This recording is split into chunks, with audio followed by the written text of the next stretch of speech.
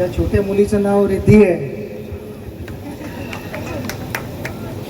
तिच्या भाषणानंतर मला नाही वाटत की माझ्यात तेवढा दम राहिलाय भाषण द्यायचा. एवढं उत्तम भाषण दिलंय तिने ह्या वयात. मी एनिवे सुरू करतो थोडं बोलायला. इकडनं नाही, हे जरा मला जास्त कम्फर्टेबल वाटतं.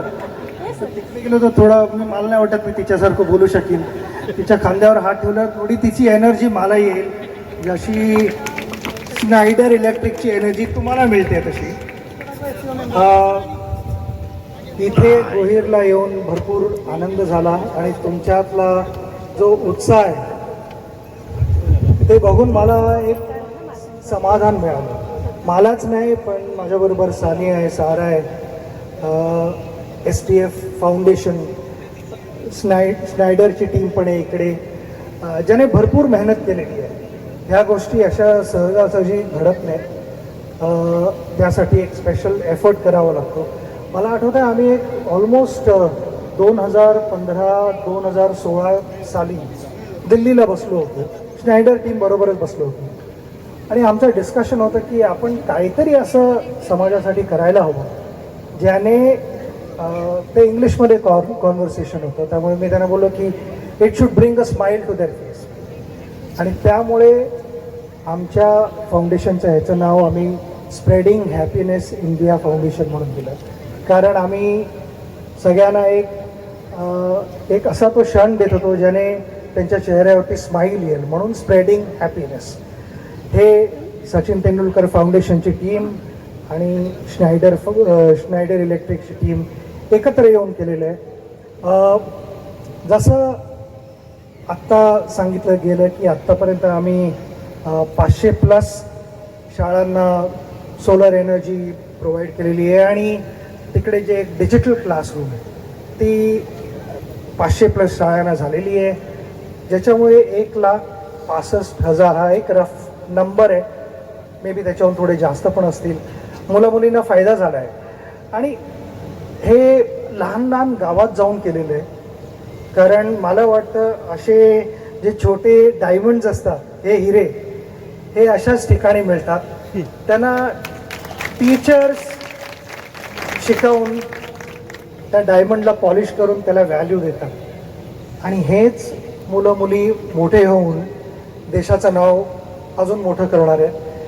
आपल्याला सगळ्यांना माहिती आहे की किती गरज आहे ह्या वयात.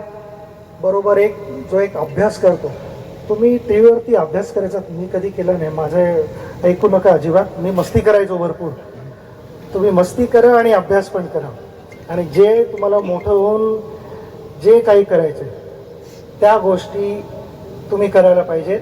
आणि ह्याच्यात मी म्हणेन टीचर्स आणि घरी आई बाबा, आजी आजोबा, भाऊ बहीण जे कोण असतात त्यांचा सपोर्ट, त्यांच्याकडनं तुम्हाला एक प्रोत्साहन मिळणं भरपूर महत्त्वाचं असतं.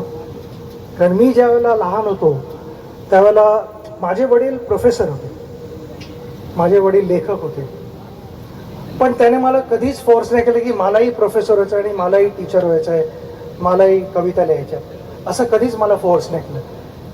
त्याने आधी माझी आवड काय आयुष्यात ते समजण्याचा प्रयत्न केला. ज्या क्षणी त्यांना कळलं की माझी आवड क्रिकेट खेळायचं आहे, कुठचाही स्पॉट खेळायचं आहे, आणि त्याच्यात मला त्याने प्रोत्साहन दिलं. ज्या गोष्टीची गरज होती त्या गोष्टी त्याने मला द्यायचा पूर्ण प्रयत्न केला. तर मी इथे आईवडिलांना ह्यांच्यात तेच सांगेन की त्यांना प्रोत्साहन द्या आणि ते नक्की तुमचं नाव वर आणतील. कारण मोठ्या गोष्टींची सुरुवात अशाच ठिकाणी होते जिकडे आपल्याला सुरुवातीला वाटते की ठीक आहे चालून जाईल, पण हळूहळू ती प्रगती होत जाते आयुष्यात आणि नंतर आपण म्हणतो की वा काय छान काम करून दाखवलंय.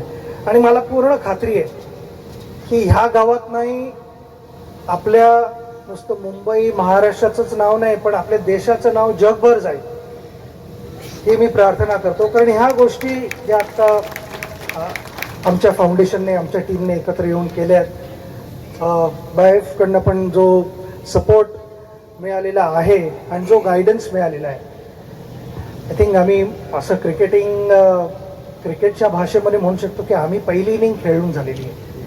आता दुसरी इनिंग खेळायची तर ती तुम्ही खेळायचे.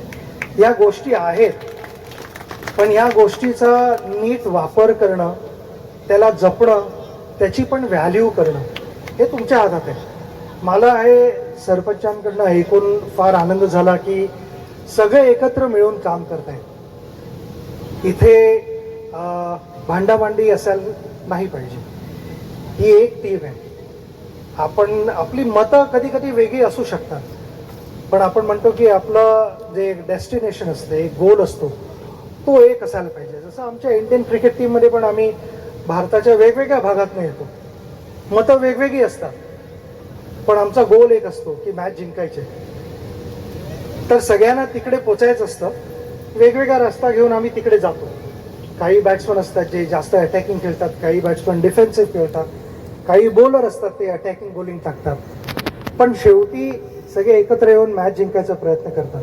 तर ह्या गावातही मी तेच म्हणेन की तुम्ही सगळे एकत्र या. मी आत्ता जे तुमच्यात जी एक युनिटी बघितली ही अशीच राहून देईन. देवाकडे माझी प्रार्थना आहे की तुमच्यावरती त्याचा आशीर्वाद असो आणि ह्या गावाला ज्या गोष्टीची गरज आहे ती आम्ही नक्की तुम्हाला पुरवण्याचा प्रयत्न करू. आत्ता माहिती आहे की एक छोट्या छोट्या आम्ही स्टेप्स घेतलेल्या आहेत, पण अजून बऱ्याच मोठ्या गोष्टी व्हायच्यात. हे 12वं विलेज आहे जे आम्ही असं अडॉप्ट केलेलं आहे. आम्ही खुश आहोत पण सॅटिस्फाईड नाही आहोत.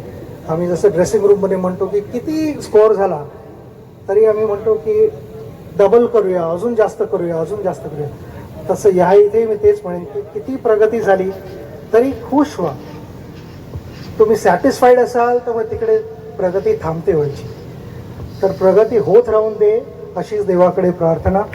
थँक्यू. परत तुम्ही मला इथे आल्याबद्दल आम्हाला एवढं प्रेम मिळालं आहे की मी सारा आणि सानियाला तेच सांगत होतो की इथनं आपण जेव्हा घरी जाऊ त्यावर ह्या जागेला मिस करू, आणि ते नक्की आहे. मी तुम्हाला एवढंच सांगू इच्छितो की असेच राहा, खुश राहा आणि देव तुम्हाला नेहमी हेल्दी ठेव. सगळ्यांना, पोरांना आणि पोरींना सगळ्यांना आमचे गुड विशेस आहेत. थँक्यू.